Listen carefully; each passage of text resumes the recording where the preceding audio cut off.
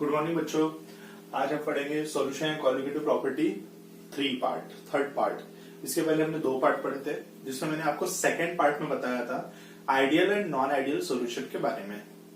हमारा उसमें Dalton's law पढ़ना रह गया है और कुछ ग्राफ्स रह गए थे।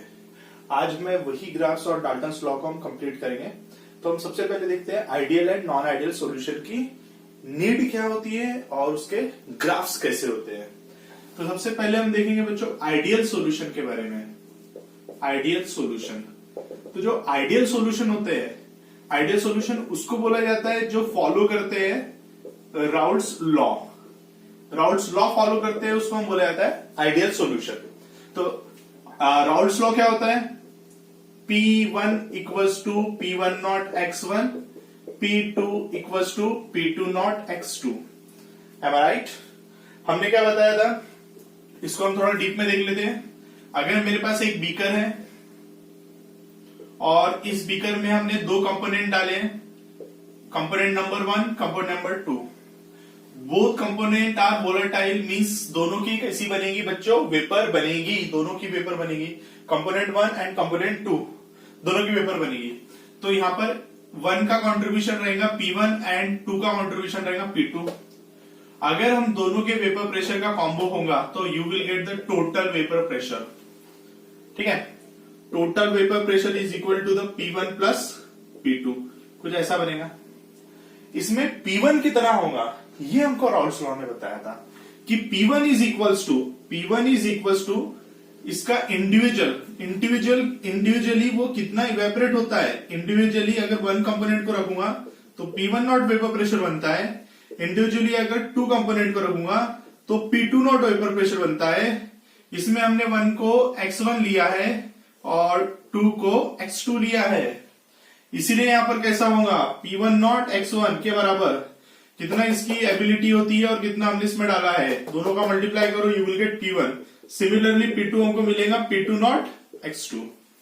ठीक है, तो ये कुछ हमने पढ़ा था जिसमें इक्वल होता है उसको राउल्ट्स लॉ, उसको बोला जाता है आइडियल सॉल्यूशन। जिसमें नॉट इक्वल टू रहते हैं वो रहता है नॉन आइडियल सॉल्यूशन। तो हम सबसे पहले हम इसका ग्राफिकल रिप्रेजेंटेशन देखेंगे।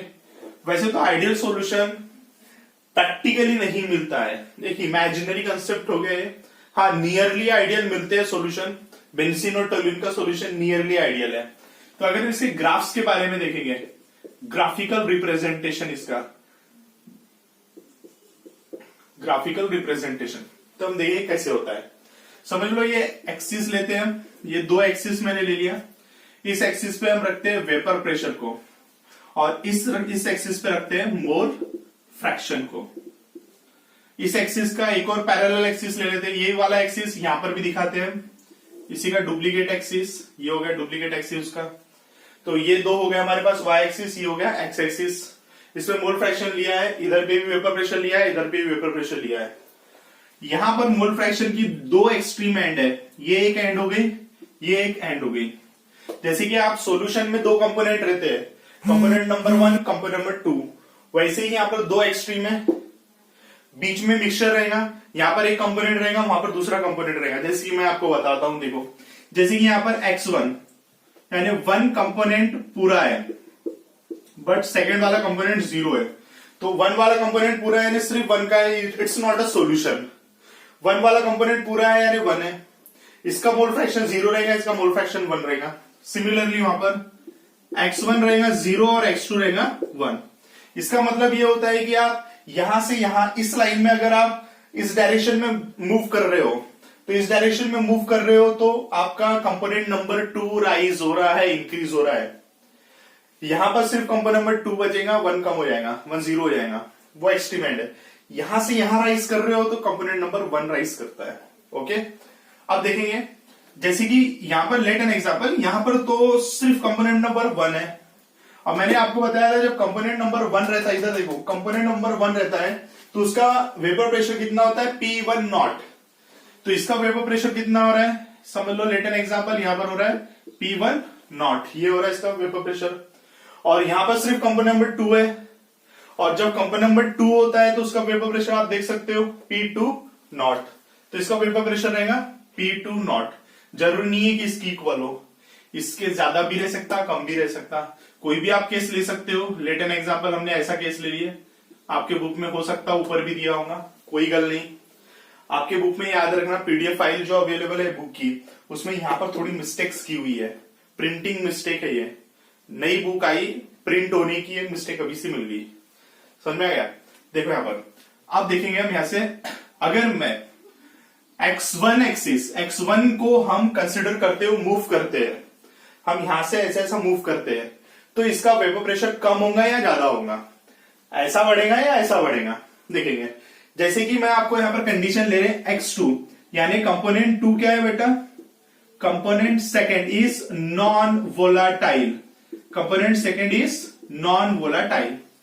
कंपोनेंट सेकेंड नॉन वोलाटाइल है और सेकेंड की ही मात्रा यहां से यहां बढ़ती जा रही है, और ये नॉन वोलाटाइल है, तो कॉमन सेंस की बात है, ये इवेपोरेट नहीं होगा। इवेपोरेशन पूरा इसके ऊपर डिपेंड है, वेपर प्रेशर पूरा इसके ऊपर डिपेंड है। अगर मैं इस पॉइंट की बात करूं, इस पॉइंट पे, इस पॉइंट की अगर मैं बात करूं, तो इस पॉइंट पे जितना यहां पर x1 था उससे कम रहेगा। x2 की मात्रा तो हमको कोई लेना देना नहीं, क्योंकि x2 जैसे जैसे बढ़ते जा रहा है वैसे वैसे वेपर प्रेशर भी कम होगा, क्योंकि नॉन वोलाटाइल है। तो अगर यहां से हम मूव कर रहे हैं, हम x2 बढ़ रहा है, तो वेपर प्रेशर भी कैसा होते जाएगा, कम होते जाएगा। और यहां पर x1 0 है, इसलिए वेपर प्रेशर भी कैसा होगा, 0। यहां पर इस केस में देखते हैं हम, अगर ये सेकेंड कंपोनेंट किधर है, यहां पर सेकेंड कंपोनेंट नॉन वोलेटाइल है, इधर पे फर्स्ट कंपोनेंट नॉन वोलेटाइल है, ये वाला component 1 is non volatile, component 1 non volatile है। तो इस पॉइंट पे सिर्फ इसी का वेपर प्रेशर दिखाएगा, तो इसका वेपर प्रेशर मैंने यहां पर लिखा है। जैसे जैसे हम यहां से यहां मूव करेंगे, वैसे वैसे कंपोनेंट x बढ़ते जाएगा, 1 बढ़ते जाएगा, दैट्स वाई उसका वेपर प्रेशर भी कम होते जाएगा। तो इसका ग्राफ कुछ ऐसा बनना चाहिए, ये बन गया ग्राफ, समझ में आ गया। तो ये लाइन और ये लाइन आपके दिमाग में बैठ गई। ये लाइन क्या बताती है, ये लाइन बताती है हमको P1 के बारे में, P1 equals to P1 not x1। यहां पर ये P1 नॉट है, इस पॉइंट पे ये P1 नॉट है, इसके बाद तो P1 हो गया ना, क्योंकि यहां से यहां तो सॉल्यूशन बन गया। यहां पर सॉल्यूशन नहीं है, यहां पर सॉल्यूशन नहीं है, यहां पर सिर्फ कंपोनेंट नंबर 1 है, यहां पर सिर्फ कंपोनेंट नंबर 2 है, इतने पूरे बीच के एरिया में सॉल्यूशन है। तो यहां पर कंट्रीब्यूशन देंगे हम, इसीलिए इसको P1 बोलेंगे, P1 की वैल्यू दिखा रहा है। वैसे ये वाली लाइन दिखा रहा है P2 की value, P2 is equal to P2 not x2, ठीक है। और अगर हम सॉल्यूशन ही सॉल्यूशन, दोनों ही वोलाटाइल है, अगर ऐसा केस रहता है कि दोनों की दोनों वोलाटाइल है, तो ऐसा भी आ सकता है कि भाई component number 1 is more volatile और component number 2 is more volatile, क्योंकि ऐसा तो हो नहीं सकता ना कि दोनों कंपोनेंट आर सेम वोलाटाइल, तो एजियोट्रोपिक मिक्सचर हो जाएगा। ऐसे मिक्सचर को एजियोट्रोपिक मिक्सचर होते हैं जो आप जेई नीट में पढ़ने वाले हो। लेकिन यहां पर हम ऐसे ले लेते हैं, केस ले लेते हैं, अगर मेरा कंपोनेंट नंबर 1 और component number 2 both are volatile, यहां पर हमने केस लिए थे, एक वोलाटाइल था एक नॉन वोलाटाइल था, यहां पर बोथ आर वोलाटाइल, तो उस टाइम में हमारा ग्राफ कुछ ऐसा बनेगा, ये बनेगा total vapour pressure P1 plus P2, दोनों का कंट्रीब्यूशन। तो this graphs belong to the, किसके बारे में बताता है ये, आइडियल सॉल्यूशन के बारे में। ये ग्राफ आपके बुक में दिया हुआ है, आप अच्छे से पढ़ सकते हो इसको, आपके दिमाग में भी आराम से बढ़ जाएगा। कुछ पॉइंट्स भी आपकी बुक में डाला है, कुछ पॉइंट्स में से जैसे कि एक पॉइंट बताता हूं मैं, प्रेशर, जैसे यहीं से पॉइंट बनाएंगे हम, पॉइंट जो तुम्हारे बुक में अगर आप ढूंढोगे तो आपको मिल जाएंगे। जैसे देखो x1 की वैल्यू अगर 1 है तो वेपर प्रेशर कितना रहता, P1 नॉट, यानी देखो points, important points,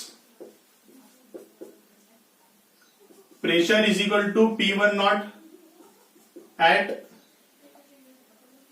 x1 equals to 1, pressure equals to P1 not at x1 equals to 1। और भी कुछ पॉइंट्स है, x1 इक्वल्स टू 1 और you can say at x2 equals to 0, ये एक पॉइंट बना दिया, आप ढूंढ लेना इसको, पॉइंट ऐसे दिया हुआ है।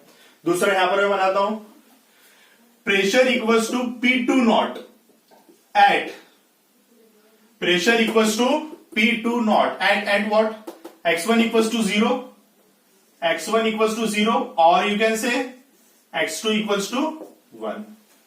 ये हो गया, ये भी पॉइंट हो गया। तो यहां पर हमारे पास कुछ पॉइंट्स बन गए।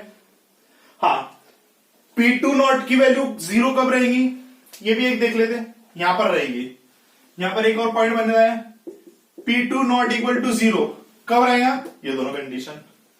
P2 not equal to 0 at x1 equal to 1 and x2 equal to 0। वैसे P1 नॉट इक्वल टू 0, देखो P1 नॉट यहां पर 0 आ रहा है at x1 equal to 0 x2 equal to 1। दिमाग में आ गया, क्लियर है। तो ये किसके बारे में बात हुई बच्चों, ये हुई हमारे आइडियल गैस इक्वेशन के ग्राफिकल रिप्रेजेंटेशन के बारे में। अंडरस्टूड, दिमाग में बैठ गई बातें, क्लियर है। ये हो गया। अब हम देखेंगे आइडियल गैस के बारे में। आइडियल सॉल्यूशन हो गया, सॉरी आइडियल गैस बोल दिया, आइडियल सॉल्यूशन हो गया। अब हम नॉन आइडियल सॉल्यूशन के बारे में देखेंगे। नॉन आइडियल सॉल्यूशन में दो टाइप के डेविएशन होते हैं। नॉन आइडियल सॉल्यूशन में होते हैं positive deviation from non ideal behaviour और दूसरा रहता है निगेटिव डेविएशन। तो हम फिलहाल ये ग्राफ को एज इट इज रहने देते हैं क्योंकि हम इस ग्राफ को कंपेयर करके ही हम स्टडी करेंगे, ठीक है। तो ये हमारा ग्राफ कुछ एज इट इज हम रख देते हैं इसको। आपको ये बातें दिमाग में आ गई, ठीक है।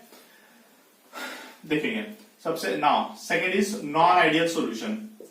Non ideal solution, non ideal solution में आता है बेटा दो टाइप के होते हैं।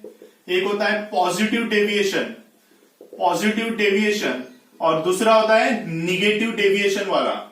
तो positive deviation from ideal behaviour और negative deviation from ideal behaviour. Positive deviation के केस में क्या होता है, P1 equals to P1 is greater than P1 not x2, P2 is greater than P2 not x2, understood. और negative deviation में क्या होता है, P1 is less than P1 not x1 और P2 is less than P2 not x2, clear है। तो ये हो गया यहां तक का। अब देखो इसमें हमारा ग्राफ कैसा रहेगा, ग्राफिकल रिप्रेजेंटेशन हम पढ़ रहे हैं कैसा रहेगा। देखो मैं आपको सीधी बात बताता हूं, यहां पर P1 नॉट x1 जो हमने निकाले वो हमारे P1 के बराबर कंट्रीब्यूशन के बराबर था। एक्सपेक्टेड, मैं इसको एक्सपेक्टेड बोलता हूं, ये ऑब्जर्व है। यहां पर जो रहता है एक्सपेक्टेशन से ऑब्जर्व ज्यादा होता है, यानी P1 की वैल्यू ज्यादा रहेगी। मींस ये प्रेशर कैसा जाएगा, ये ग्राफ कुछ ऐसा जाएगा। ये हो गया ऐसा ग्राफ हमारा, क्लियर है। कुछ इस प्रकार से हमारा ग्राफ जाएगा। तो यहां पर ये लाइन क्या डिनोट करती है, ये लाइन डिनोट करती है P1 is greater than P1 not x1, ठीक है, क्लियर है। दूसरा ये इसका कैसा रहेगा फिर, जस्ट लाइक और ये लाइन यहां पर हमको क्या दिख रहे हैं, P2 is greater than P2 not x2, ठीक है। वैसे ही इसका यहां पर बनेगा PT is greater than P1 plus P2, ये बन गया हमारा PT का, क्लियर है। तो ये जो मैंने लाइंस बनाया अपर डायरेक्शन में हाइपर लूप के समान आ गया, ये हाइपर बोला, तो ऐसे वाले पूरे होते हैं पॉजिटिव डेविएशन वाले। और वही हम अगर निगेटिव डेविएशन की बात करूं तो ये कैसा रहेगा, एक्सपेक्टेड से कम रहेगा।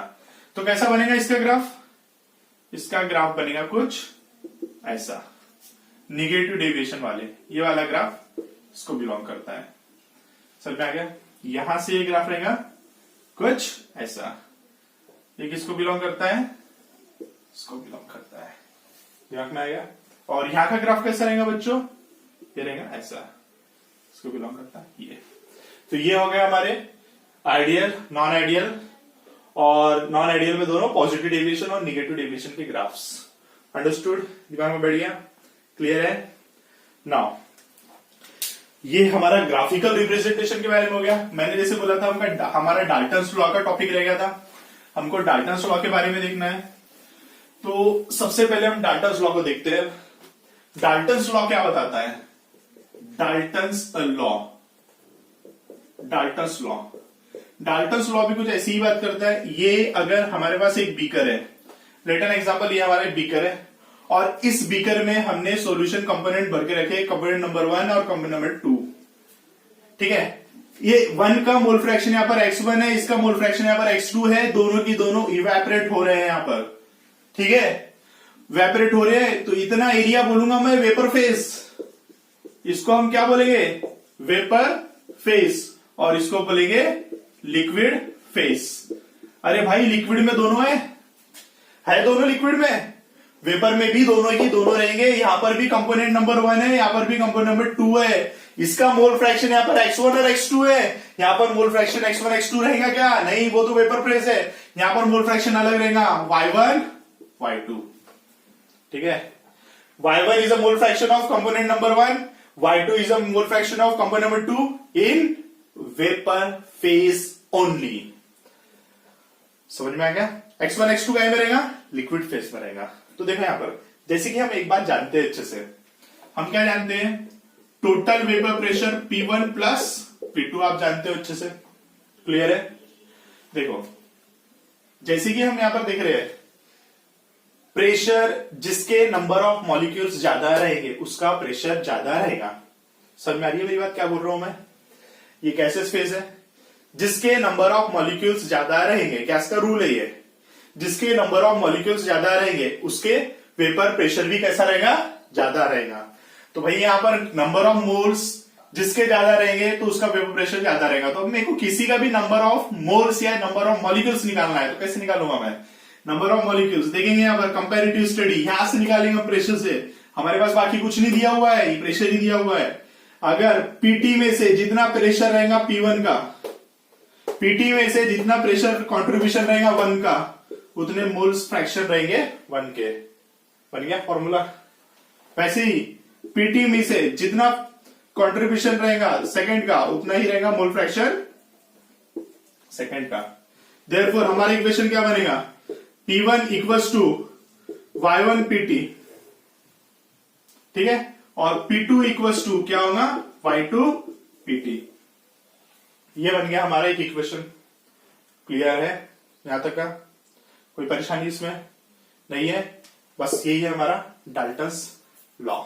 दिमाग में बढ़ गया डाल्टन्स लॉ, ये डाल्टन्स लॉ दिमाग में अच्छे से रखना बच्चों, इसके ऊपर भी क्वेश्चंस आते हैं, इसके ऊपर क्वेश्चंस तुम्हारी टेक्स्ट बुक में दिया हुआ है। सबसे आखिरी वाला जो वीडियो रहेगा उसमें मैं न्यूमेरिकल्स कराऊंगा, आप लोग साथ में पढ़ते जाओ। आई नो कि लॉकडाउन चालू है, बड़ी प्रॉब्लम है, हम क्लासेस नहीं ले सकते, इसलिए हम इतनी मेहनत कर रहे हैं कि ऑनलाइन क्लासेस ले जाए। इस जरिए से कम हम कुछ तो भी तुम्हारे टॉपिक कंप्लीट करा देंगे। तो इन बातों को ध्यान में रखो, जैसा होता है वैसा करो। बाकी जब मेरे लेक्चर्स चालू हो जाएंगे उस टाइम पे मैं आपको इसका एक शॉर्ट व्यू दे दूंगा। ठीक है, ये जो मैं टॉपिक पढ़ा रहा हूं ये ओनली फॉर स्टेट बोर्ड है, remember my words, only for state board. JEE के टॉपिक पढ़ाना है, नीट के टॉपिक पढ़ाना है, MSTCT के टॉपिक पढ़ाना है, मैं यहाँ पे डायरेक्ट क्लास में पढ़ाऊंगा। Okay, thank you so much.